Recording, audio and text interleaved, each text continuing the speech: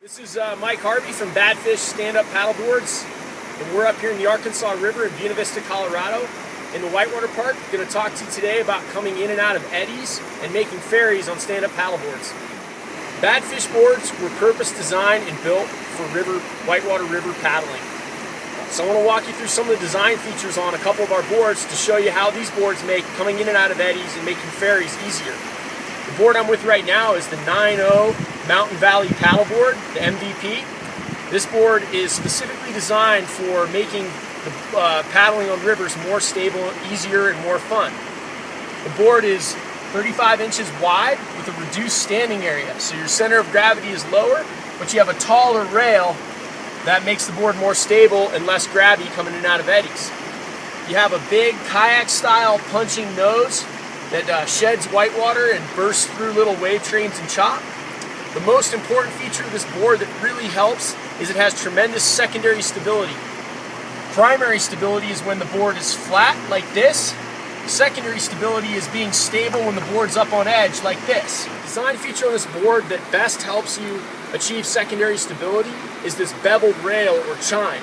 It's this secondary edge here that allows you to roll the board up on edge and remain stable once you're there.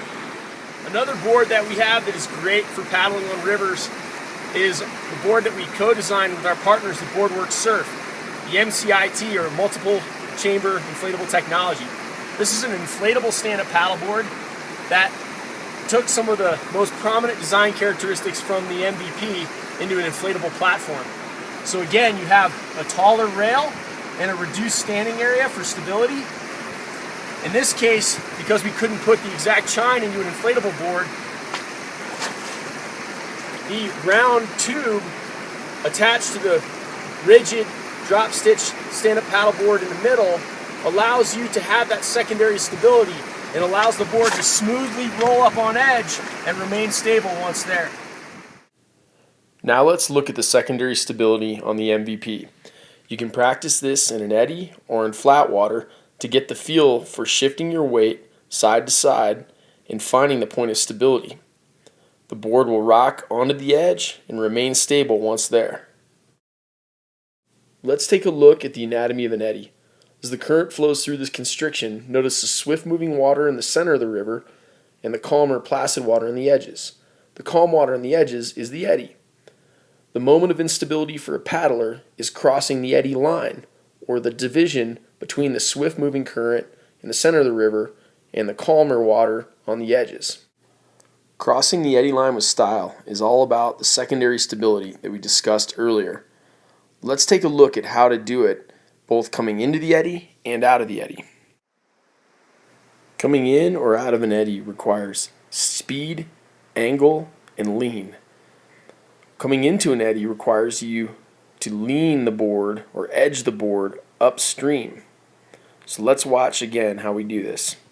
Generating a little bit of speed, I develop an angle 45 degrees to the eddy line, paddle and propel the board across the eddy line, shifting my weight to my inside foot and leaning the board upstream.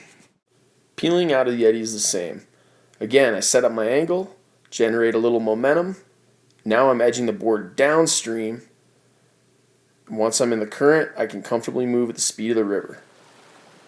Angle, a little bit of momentum, leaning the board downstream.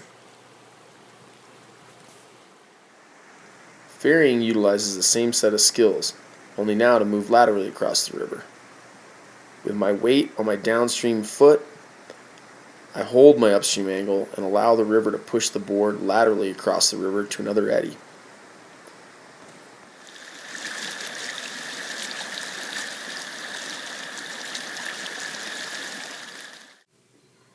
Just like peeling out of an eddy, you shift your weight to your inside or downstream foot, but this time you hold your upstream angle and move laterally straight across the river.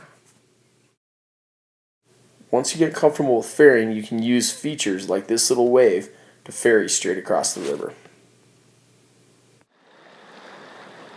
Ferrying and eddy turns are foundational river paddling skills that will help take your SUP paddling to the next level and help you progress to more advanced moves like river surfing.